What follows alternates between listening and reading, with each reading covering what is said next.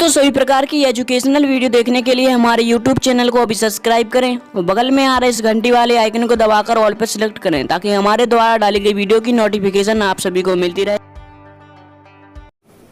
Hello दोस्तों, नमस्कार। मैं रमाकांत रावत आपके अपने YouTube चैनल बायोलॉजी स्टडी पर आपका स्वागत करता हूं। आज मैं बताने वाला हूं आपको जनरल साइंस के 20 वेरी इंपॉर्टेंट क्वेश्चन। आज के इस वीडियो में आपको बहुत ही मज़ा आने वाला है। तो चलते हैं फ्रेंड्स अपने वीडियो के पहले क्वेश्चन पर उससे पहले यदि आपने हमारे चैनल को सब्सक्राइब नहीं किया है तो आप सब्सक्राइब कर लें और बेल आइकन पर प्रेस करके ऑल पर सेलेक्ट करें, जिससे कि आपको हमारे सभी नोटिफिकेशन वीडियो की सभी नोटिफिकेशन प्राप्त हो सकें। तो फ्रेंड्स स्टार्ट करते हैं। पहला प्रश्न है, मलेरिया के नियंत्रण के लिए कौन सी मछली प्रयोग में आती है?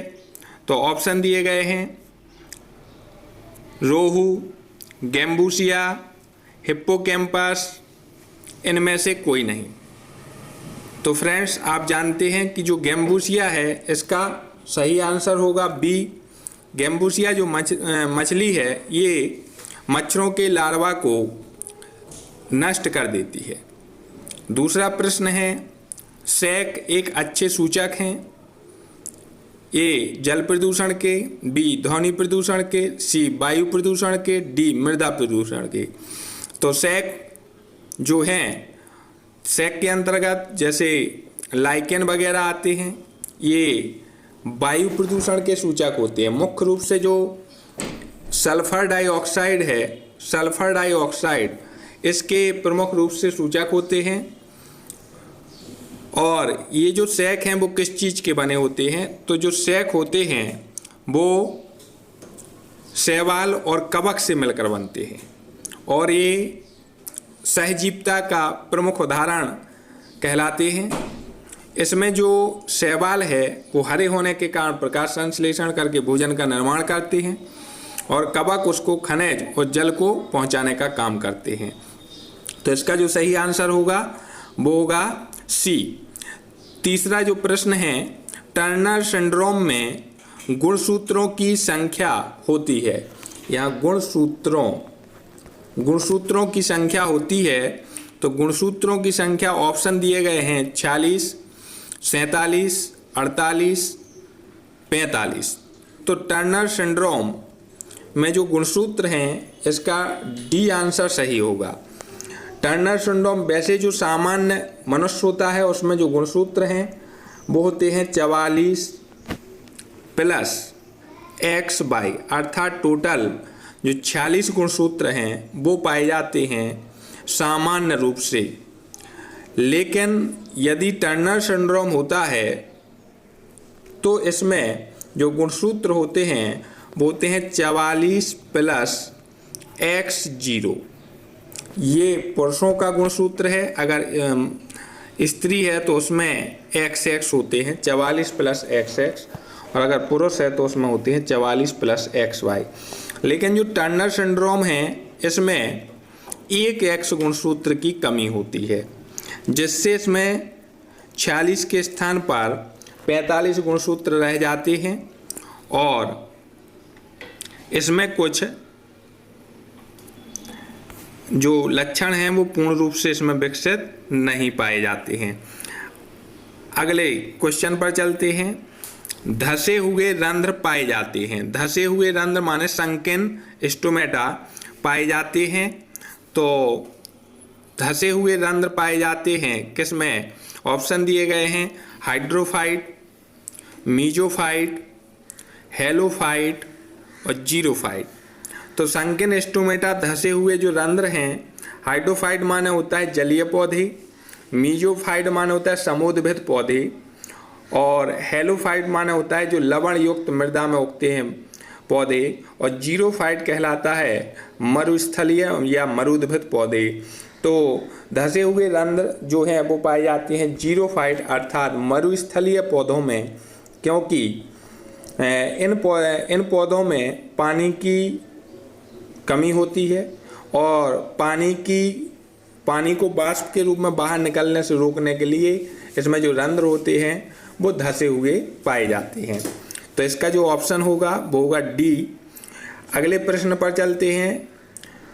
एक्रोसोम बना होता है गोल्गी का, माइटोकॉन्ड्रिया का, राइबोसोम का, सेंट्रियोल का।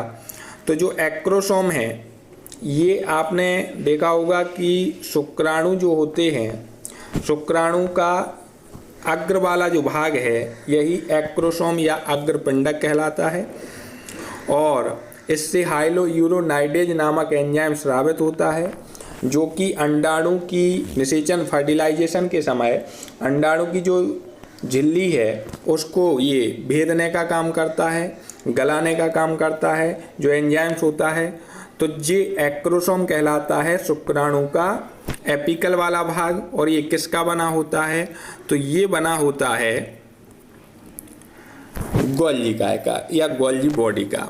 और गोल्गी बॉडी का और क्या कार्य होता है? तो गोल्गी बॉडी के द्वारा सेल स्लेट का निर्माण भी होता है जो कि कोशिका के विभाजन के समय बनता है पादप कोशिकाओं के। माइटोकॉन्ड्रिया को कोशिका का पावर हाउस कहते हैं। राइबोसोम प्रोटीन फैक्ट्री है, इसमें प्रोटीन का निर्माण। सेंट्रियोल के द्वारा क्या बनता है? स्प्लेंडल फाइबर तर्कु तंतु बनते हैं। तो ये इनके अन्य क्वेश्चन है।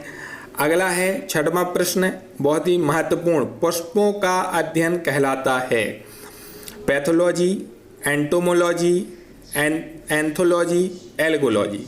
तो पुष्पों का अध्ययन कहलाता है। इसमें जो आंसर हो जाएगा इसका सही वो होगा सी नंबर। एंथोलॉजी को पुष्पों का अध्ययन किया जाता है एंथोलॉजी के अंतर्गत। पैथोलॉजी क्या है? जिसमें रोगाणुओं का अध्ययन करते हैं। और एंटोमोलॉजी क्या है? इसमें कीट विज्ञान कहते हैं, कीटों का अध्ययन होता है। और एल्गोलॉजी क्या है? तो एल्गोलॉजी में अध्ययन करते हैं किसका? एल्गोलॉजी में अध्ययन किया जाता है शैवालों का। तो इसका जो राइट आंसर है पुष्पों का अध्ययन किसके अंतर्गत आ जाएगा? एंथोलॉजी के अंतर्गत आ जाएगा। चलते हैं अगले प्रश्न पर। और अगला जो प्रश्न है वो है मानव में हीमोग्लोबिन के एक अणु से ऑक्सीजन के कितने अणु बन सकते हैं? चूंकि जो हीमोग्लोबिन है Hb ये लगभग 98% ऑक्सीजन का परिवहन करता है। फेफड़ों से जो ऑक्सीजन है ये हीमोग्लोबिन के द्वारा पहुंचाया जाता है फेफड़ों से कोशिकाओं तक या ऊतकों तक। और हीमोग्लोबिन का जो एक अणु है वो ऑक्सीजन के 4 अणुओं को बांधता है। कितने अणुओं को बांधता है? 4 अणुओं को बांधकर क्या बनाता है? Oxy haemoglobin. और इसी रूप में लगभग 98% ऑक्सीजन का संवहन होता है। किस रूप में? ऑक्सी हीमोग्लोबिन के रूप में। लगभग 100 ml रुधिर में हीमोग्लोबिन की मात्रा कितनी होती है? आप कमेंट बॉक्स में कमेंट करके बताएंगे। 100 ml रुधिर में हीमोग्लोबिन की मात्रा पुरुष और स्त्रियों में कितनी कितनी होती है? कमेंट बॉक्स में कमेंट करके बताएं। अगला प्रश्न है किसमें ऊर्जा प्रति कैलोरी प्रति ग्राम सर्वाधिक होती है? माने सबसे अधिक ऊर्जा किससे मिलती है? ये सभी भोजन के अवयव हैं। वसा है, प्रोटीन है, ग्लूकोज है, कार्बोहाइड्रेट है। तो किससे सबसे अधिक ऊर्जा मिलती है? तो इसका जो राइट आंसर होगा वो होगा वसा, फैट या जो लिपिड होती है इससे लगभग 9 किलो कैलोरी एक अणु से जो ऊर्जा प्राप्त होती है वो होती है 9 किलो कैलोरी। और प्रोटीन से और कार्बोहाइड्रेट से लगभग 4 किलो कैलोरी ऊर्जा प्राप्त होती है। तो ग्लूकोज कार्बोहाइड्रेट का ही रूप है। तो ध्यान रखना है सबसे अधिक जो ऊर्जा है वो वसा से, फैट से प्राप्त होती है। जो रेसर हैं, खिलाड़ी होते हैं, वो मुख्य रूप से फैट का उपयोग करते हैं ज़्यादा एनर्जी प्राप्त करने के लिए कम समय में। अगला जो प्रश्न है, एक मूल उत्पादक सूर्य की ऊर्जा का औसतन कितना प्रतिशत फोटोसिंथेसिस द्वारा संचय करता है? तो एक मूल उत्पादक, उत्पादक माने प्रोड्यूसर, प्रोड्यूसर कौन होते हैं? तो हरे पेड़ पौधे होते हैं प्रोड्यूसर। तो ये कहा गया है इस प्रश्न में कि जो प्रोड्यूसर होते हैं वो सूर्य की ऊर्जा का औसतन कितने % का अपने प्रकाश संश्लेषण द्वारा अपने शरीर में संचय करते हैं। तो जितनी भी ऊर्जा ये लेंगे सूर्य से, उसका 1% माने 1% ही पौधे अपने में संचय करते हैं। और जब प्रोड्यूसर को कोई ग्रहण करता है तो उसमें ये 1% ऊर्जा उसमें ट्रांसफर हो जाती है। अगला प्रश्न है 10वां, ओजोन परत की मोटाई है 10 किलोमीटर, 5 किलोमीटर, 50 किलोमीटर या 20 से 30 किलोमीटर। ओजोन परत क्या है? तो समताप मंडल में O3 गैसों का एक आवरण है, उस जो कि ओजोन परत कहलाती है। सूर्य से आने वाली हानिकारक अल्ट्रा वायलेट किरणों को, पराबैंगनी किरणों को पृथ्वी पर आने से रोकती हैं। तो ये ओजोन परत है जो कि किसमें पाई जाती है? समताप मंडल में, और इसको ओजोन मंडल के नाम से भी जाना जाता है। और इसकी जो मोटाई है वो होती है लगभग 20 से 30 किलोमीटर। तो आंसर होगा इसका डी नंबर, 20 से 30 किलोमीटर आ जाएगी। अगला है थर्मोसेटिंग प्लास्टिक का उदाहरण है polythene, PVC, bakelite, polystyrene. Thermosetting plastic, दो प्रकार के प्लास्टिक होते हैं, थर्मोप्लास्टिक और थर्मोसेटिंग। थर्मोप्लास्टिक वो कहलाते हैं जिनका हम पुनः उपयोग कर सकते हैं, रिसाइकिल जिन्हें किया जा सकता है, और थर्मोसेटिंग प्लास्टिक वो हैं जिनका दोबारा उपयोग नहीं कर सकते हैं। तो इसमें जो बेकेलाइट है ये थर्मोसेटिंग प्लास्टिक के अंतर्गत आएगा। तो ऑप्शन होगा इसमें सी नंबर। इसमें पीवीसी, इसका पूरा नाम क्या है? तो पीवीसी भी एक प्लास्टिक है, पॉलीवाइनिल क्लोराइड, और इसकी एक अलग इकाई वाइनिल क्लोराइड होती है। इसी प्रकार पॉलीथीन जो है, पॉलीथीन की एक अलग क्या है? पॉलीथीन किससे मिलकर बनता है? तो वो एथिलीन से मिलकर बनता है।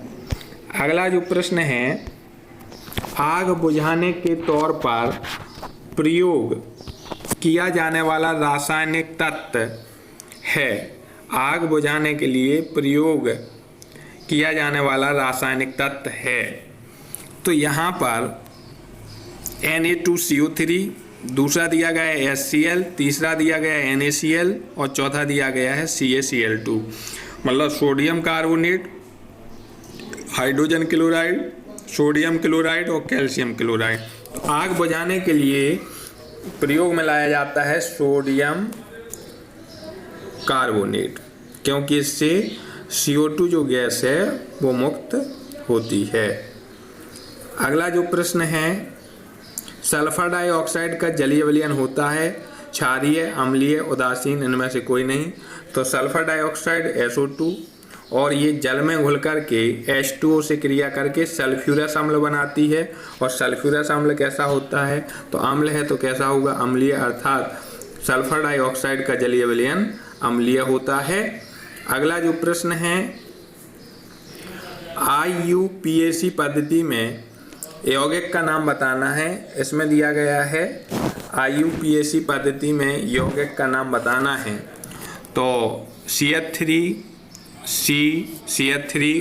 CH3, मतलब यहाँ पर पहले दिया है CH3 और फिर दिया गया है C और फिर दिया गया है CH3। इस टाइप से भी अपन इसको लिख सकते हैं।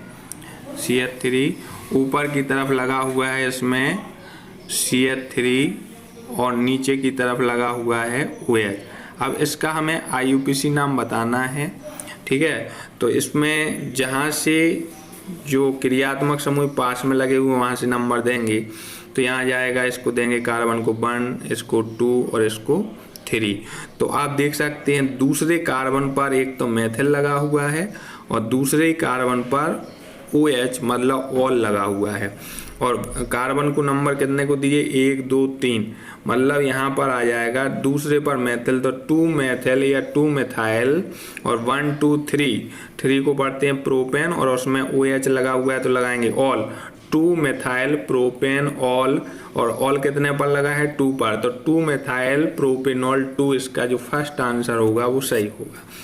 ठीक है, तो ये था इसका आ जाएगा। इसके बाद जो अगला प्रश्न है उस पर चलते हैं। अगला प्रश्न है हाइड्रोजन सल्फाइड गैस की गंध होती है।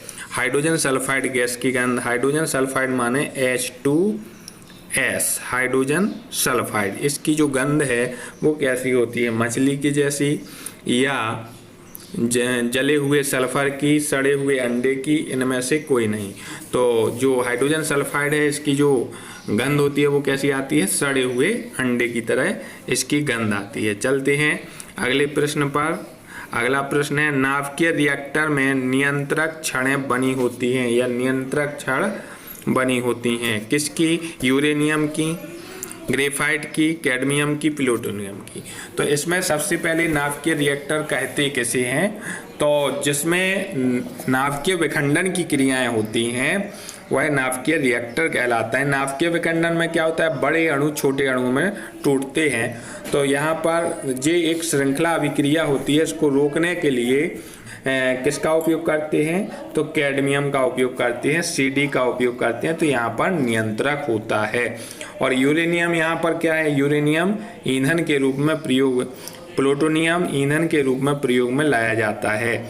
अगला प्रश्न है कार्बोनेट आयन का तुल्यांकी भार, कार्बोनेट आयन का तुल्यांकी भार है 40, 15, 20, 30। कार्बोनेट आयन का जो तुल्यांकी भार है वो कितना होता है, इसमें आपको बताना है। तो कार्बोनेट आयन सबसे पहले आएगा, कार्बोनेट आयन का सूत्र है CO3 डबल नेगेटिव।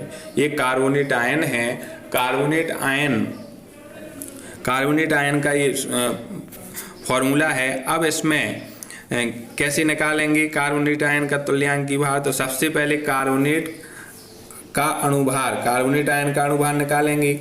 तो कार्बोनेट CO3 डबल नेगेटिव का अणुभार जो आएगा, कार्बन का कितना होता है भार 12 प्लस ये आ जाएगा, ऑक्सीजन के कितने हैं परमाणु 3, तो 3 गुणा ऑक्सीजन का कितना होता है भार 16, तो 16 यहाँ पर रखेंगे, 16 × 48 और 12 कितने हो गए 60, तो ये अणुभार है। अब अणुभार में किसका भाग दे देते हैं तुल्यांकी भार निकालने के लिए, आयनों का। कितने आयन हैं यहाँ पर 2 आयन हैं, 2 से 60 काट देंगे तो कितना आ जाएगा 30, अर्थात जो तुल्यांकी भार निकलेगा कार्बोनेट आयन का जो तुल्यांकी भार निकलेगा वो कितना होगा 30। तो इसका जो सही आंसर होगा कार्बोनेट आयन का तुल्यांकी भार वो होगा D नंबर।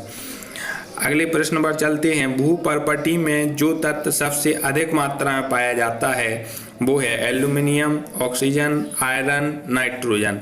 तो जो भूपर्पटी में सबसे ज़्यादा जो तत्व है वो पाया जाता है ऑक्सीजन O2। और अगर ये पूछा जाए कि सबसे अधिक धातु कौन सी पाई जाती है तो वो रहेगा एल्यूमिनियम। धातु सबसे अधिक एल्यूमिनियम, जबकि जो तत्व है वो होता है ऑक्सीजन। ऑक्सीजन कितना होता है लगभग 46.04 के लगभग होता है। दूसरे नंबर पर सिलिकॉन आता है, दूसरा जो तत्व है सिलिकॉन आता है। तीसरे नंबर पर तत्व आता है एल्यूमिनियम। लेकिन अगर ऑक्सीजन और सिलिकॉन दोनों ही धातु नहीं है, अगर धातु की बात करें तो सबसे अधिक रहेगा एल्यूमिनियम। तो इसका जो आंसर है सबसे अधिक मात्रा में जो तत्व भूपर्पटी में पाया जाता है वो रहेगा कौन सा, वो रहेगा ऑक्सीजन। चलते हैं अगले प्रश्न पर। प्रश्न है ताप जो फ़ारेनहाइट तथा सेल्सियस पैमाने पर बराबर होता है वह है -100 degree Celsius, 37.5 degree Celsius, 40 degree Celsius और -40 डिग्री सेल्सियस। तो आपको बताना है सबसे सेल्सियस और फ़ारेनहाइट जो पैमाने होते हैं वो बराबर किस पर होते हैं, तो वो होते हैं -40 डिग्री सेल्सियस। फॉर्मूला इसका C/5 बराबर F -32 दिया जाएगा।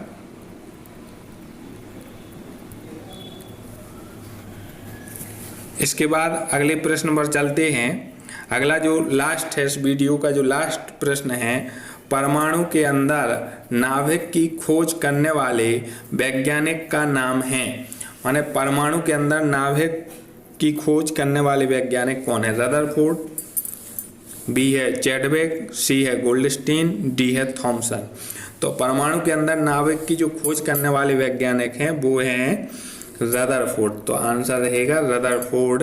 इनने क्या किया था, इन्होंने एक स्वर्ण पन्नी पर, बहुत ही पतली महीन स्वर्ण पन्नी पर अल्फा किरणों की बमबारी की थी और एक फोटोग्राफिक एक प्लेट पर, पर्दे पर इसको देखा था। तो इनने देखा, एक प्रयोग किया कि बहुत सारे जो किरणें हैं सीधी निकल जाती हैं परमाणु से, अधिकांश किरणें सीधी निकल जाती हैं, कुछ लौटकर आ जाती हैं 20,000 में से एक, और कुछ विचलित हो जाती हैं। तो इन्होंने इस प्रकार अपना जो प्रयोग है वो अल्फा, इनका प्रयोग का नाम है अल्फा प्रकीर्णन प्रयोग, और इसमें इन्होंने बताया था 3-4 चीज़ें देखी थी। एक तो इन्होंने कहा था परमाणु का जो जितना भी द्रव्यमान है वो परमाणु के केंद्र में रहता है संपूर्ण द्रव्यमान, अर्थात यहाँ पर ही नाभिक होता है परमाणु का। और अधिकांश किरणें जो चली जाती हैं सीधी, उससे इन्हें ये पता लगाया था कि परमाणु का अधिकांश भाग खोखला है। कुछ किरणें विचलित हो जाती हैं, तो इन्होंने कहा था चूंकि अल्फा किरणें धनावेशित होती हैं और विचलित हो जाती हैं, तो कोई ना कोई धनावेश परमाणु के केंद्र में होता है। तो इन्होंने इस प्रकार परमाणु में नाभिक की खोज का पता लगाया था रदरफोर्ड ने। चैडविक ने किसकी खोज की थी? न्यूट्रॉन की। गोल्डस्टीन ने किसकी खोज की थी? प्रोटॉन की। और जो थॉमसन है इन्होंने इलेक्ट्रॉन की खोज की थी। तो दोस्तों आशा करता हूँ कि आपको हमारा वीडियो पसंद आया होगा। आपका दिन शुभ हो। धन्यवाद।